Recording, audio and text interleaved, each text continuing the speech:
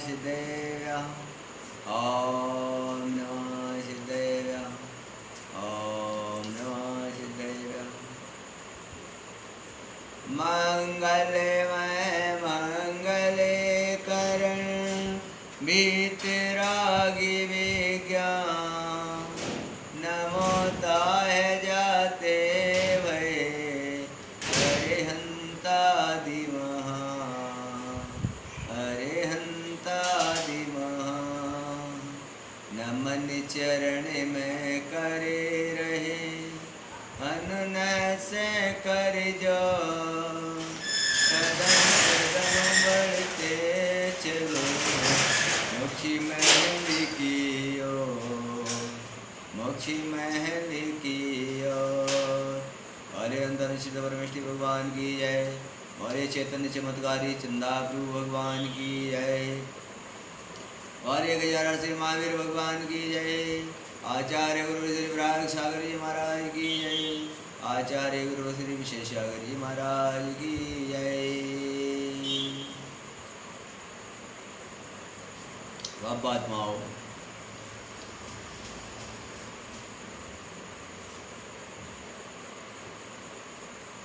संसार में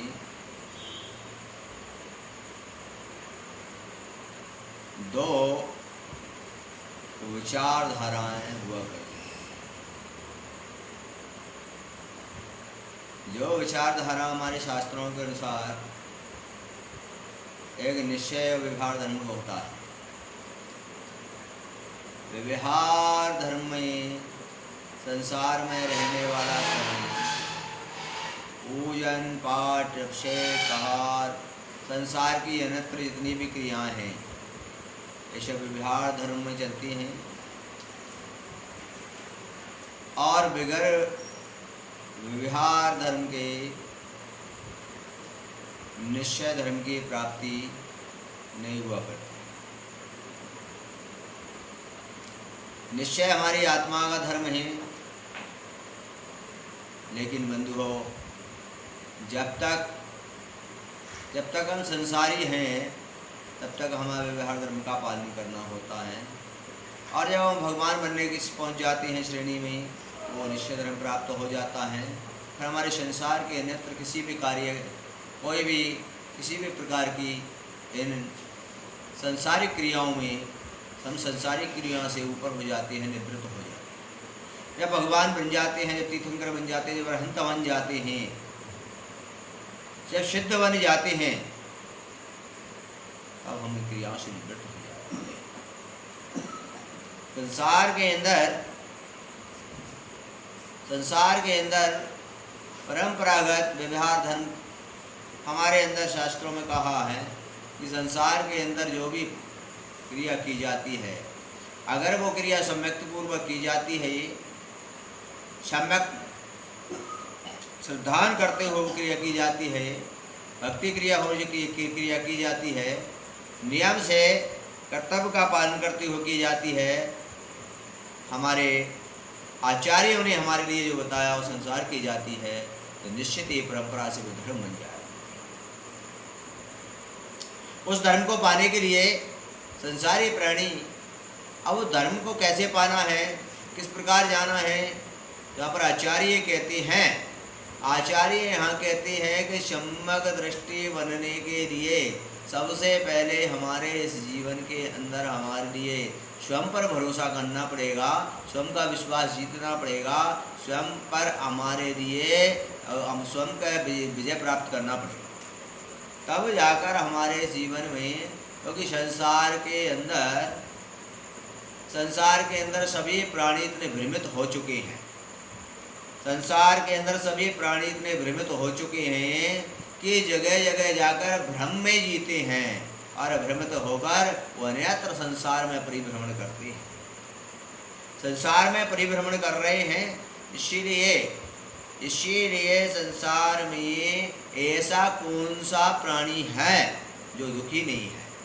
सभी प्राणी संसार में दुखी हैं, और दुखी प्राणी जब दुख आता है तो सुख की खोज के लिए बंधुओं उस सुख की खोज के लिए संसार में जब परिभ्रमण करता है और संसार में जिस प्रकार अपने अंदर वो सुख छुपा हुआ है, जिस प्रकार अपन देखते हैं कि हिरण की नाभि में कस्तूरी हुआ करती है, इसलिए कहा है क्या कि लेकिन वो हिरण जो होता है उस कस्तूरी की खुशबू को लेने के लिए सारे जंगलों में भटकता है, सभी जगह विचरण करता है, सभी जगह चलता है, भटकता है, भटकता, लेकिन उसको खुशबू प्राप्त नहीं हुआ करती है, क्योंकि उसको अब पता ही नहीं है, उसके लिए विदित ही नहीं है। वो तो सोचता है कि खुशबू यहाँ पर आ रही है, और सारा जीवन इसी प्रकार विचरण करता हुआ, चलता हुआ, भागता हुआ और अपने प्राणों का अंत कर दिया करता है, और उस खुशबू को स्वयं के अंदर वो खुशबू उसको प्राप्त नहीं कर पा रहा। इसी प्रकार संसार का प्राणी अनादि काल से लेकर इस संसार में परिभ्रमण कर रहा है, संसार में भटक रहा है, और संसार में भटकता हुआ जो अंतरंग आत्मा में, जो अंतर आत्मा के अंदर जो गुण छुपे हुए हैं अंतरांतर, उनको प्रकट नहीं कर पा रहा है। क्यों? इसीलिए बंधुओं कि इसको करने के लिए, इस गुणों को प्रकट करने के लिए, पाने के लिए सबसे पहले हमारे आचार्य कहते हैं सबसे पहले आपको उस प्रकार की क्रिया करनी है। उस प्रकार की क्रिया करना होगा तुम्हारे लिए, और उस प्रकार की क्रिया कई बार तो मैं विचार करता हूँ, कभी कभी चिंतन करता हूँ, कभी कभी सोचता हूँ, कभी कभी विचार करता हूँ कि कभी कभी तो लोग भगवान की पूजा करने के लिए भी, भगवान की पूजा करने के लिए, भगवान के गुणगान गाने के लिए, भगवान की भक्ति करने के लिए, भगवान की पूजन करने के लिए ही लोग कहते हैं, लोग उसमें भी संदेह करने लगते हैं, लोग उस पर भी विचार करने लगते हैं, पर उनको पता नहीं है कि जीवन को मंगलमय सुखमय बनाने के लिए, जीवन को उत्कृष्ट और जीवन को अच्छा बनाने के लिए, क्योंकि यहाँ पर आचार्य कहते हैं कि अच्छा जीवन बनाने के लिए सारा जीवन लग जाता है, कोई गारंटी नहीं वो अच्छा बन पाए या न बन पाए, लेकिन जीवन में बुराई पैदा करने के लिए कोई ज़्यादा समय नहीं है। इसीलिए आज आचार्यों ने, हमारे बड़े बड़े महान आचार्य हुए, कभी कभी तो हम चिंतन करते हैं, कभी कभी विचार करते हैं कि आचार्य महान हुए, कुंद स्वामी हुए, और कुंद स्वामी ने भी पहले व्यवहार धर्म का वर्णन किया, और उन्होंने श्रावक के लिए विवेचन दिया, साधु के लिए विवेचन दिया कि सबसे पहले अपने कर्तव्य का पालन करो, कर्तव्य का पालन करते हुए आपकी क्रिया करोगे, आपका धर्म बन जाएगा। लेकिन यहाँ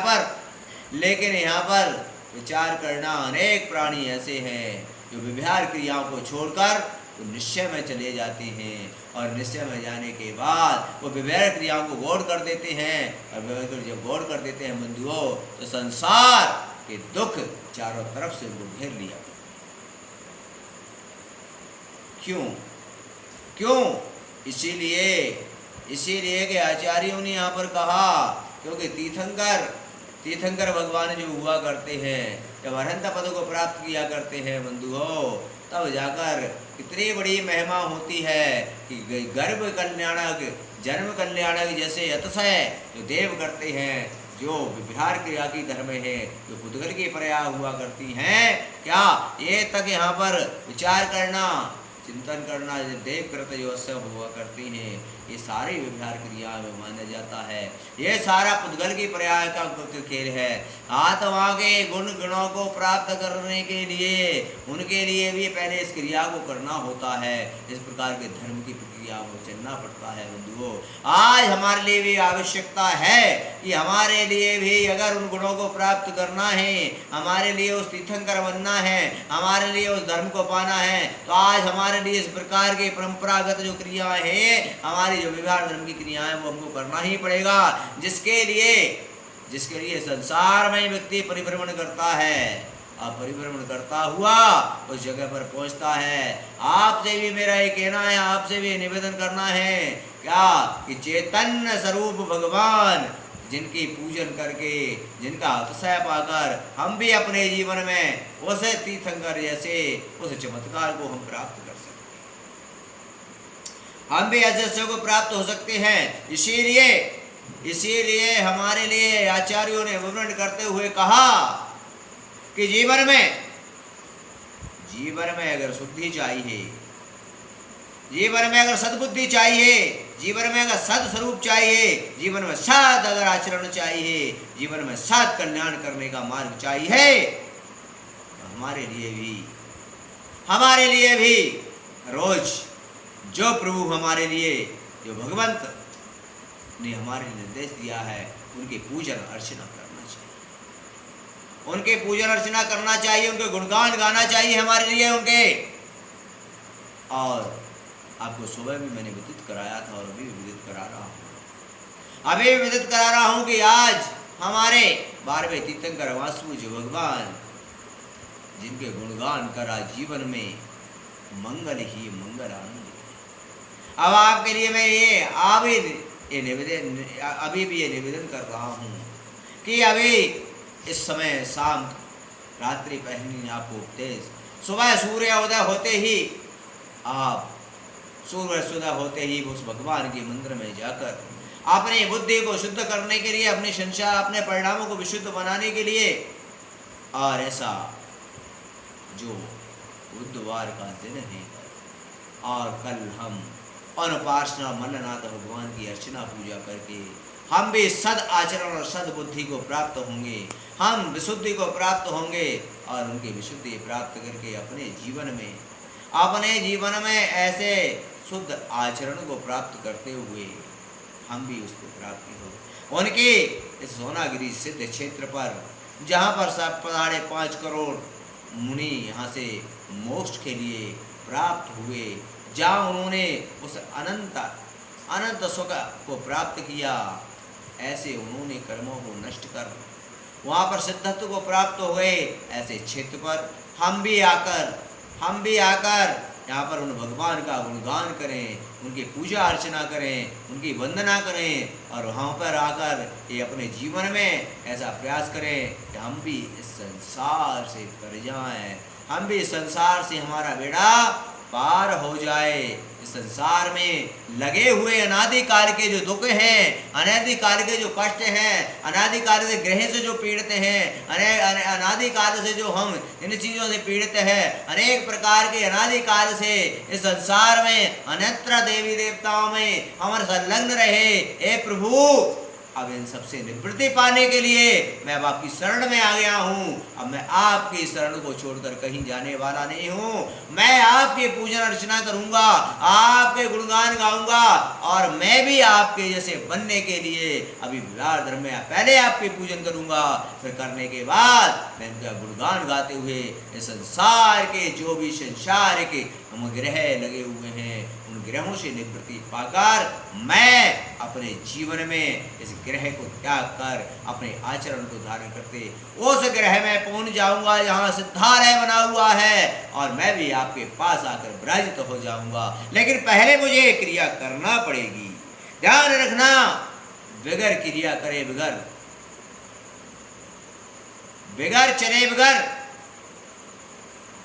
बगैर कर्मों की निर्जरा करे बगैर संसारिक व्यवस्थाओं को किए बगैर रास्ता तय किए हम जिस प्रकार मंजिल में नहीं पहुंच सकते, उसी प्रकार से धारा में पहुंचने के लिए भी पहले हमारे लिए क्रिया। इसलिए सभी साधर्मी बंधु अपने जीवन में इस प्रकार का भगवान का गुणगान, भगवान की भक्ति, क्योंकि आचार्यों ने कहा है, ध्यान रखो, संसार समुद्र एक पानी का सागर है। पानी का सागर है इसलिए कहा कि पानी में डूबोगे, संसार सागर में डूबोगे, पानी में डूबोगे तो मृत्यु निश्चित है, और भक्ति में डूबोगे तो मुक्ति निश्चित है। इसलिए आप भक्ति में डूब जाइए, मुक्ति आपकी हो जाएगी। इसलिए सुबह पूजन अर्चना विशेष क्रिया और विशेष मंत्र और विशेष साधना के साथ भगवान की पूजन अर्चना की जा रही है। और विशेष पूजा अर्चना करने में विशेष पुण्य का बंध होता है और विशेष कर्मों की निर्जरा होती है। और जब विशेष पुण्य का लाभ होता है तो कितने भी तीव्र पाप होते हैं उन पापों से हमारी निवृत्ति हो जाती है और हम हमारे लक्ष्य को प्राप्त हो जाते हैं, हम अपने कार्यों की सिद्धि को प्राप्त हो जाते हैं। और जब कार्य की सिद्धि प्राप्त हो जाती है तो सिद्ध बनने में ज़्यादा टाइम नहीं लगा। आपसे मेरा निवेदन, आपका अगर सिद्ध बनने का भाव हो तो पहले अपने जीवन में अपने संसार के कार्यों की सिद्धि में, उन कार्यों की सिद्धि करने के लिए हमारे 24 तीर्थंकरों जिनका विवरण आचार्यों ने किया उस दिन उन भगवानों की अर्चना पूजा करके हम विशेष सिद्धि को प्राप्त हो सकते हैं।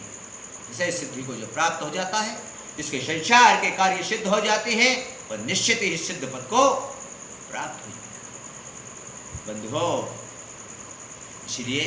आज आपको इतना ही मैं कहना चाहूँगा कि आप भी अपने जीवन में संसारिक इन लगे हुए जो संसार के हमारे दोषों से निवृत्त होने के लिए आप भी आएँ और यहाँ पूजन अर्चना विधान विशेष मंत्रों के साथ, विशेष साधना के साथ एक क्रिया में संलग्न हो। निश्चित ही आपके कर्मों की निर्जरा होगी, आप ही अनादिकाल से लगे हुए पापों से निवृत्ति पाएंगे और आप भी उस मोक्ष मंजिल पर रास्ता को प्रशस्त करते हुए एक दिन आप भी सिद्धालय की ओर जरूर प्रस्थान करेंगे। ओम नमः। सबको क्षमा, सबको मंगल आशीर्वाद, सबको आशीर्वाद देते हुए यही भावना बातें हैं कि सभी सिद्धालय में पहुँचें और भगवान की पूजन भक्ति करके अपने जीवन को मंगलमय और शुभम में मनाएं। सुबह फिर मिलेंगे हम भगवान की भक्ति करते हुए। तब के लिए आपके लिए मंगल आशीर्वाद। और ये सोनागिरी वाले चैतन्य चमत्कारी चंद्रपुर भगवान की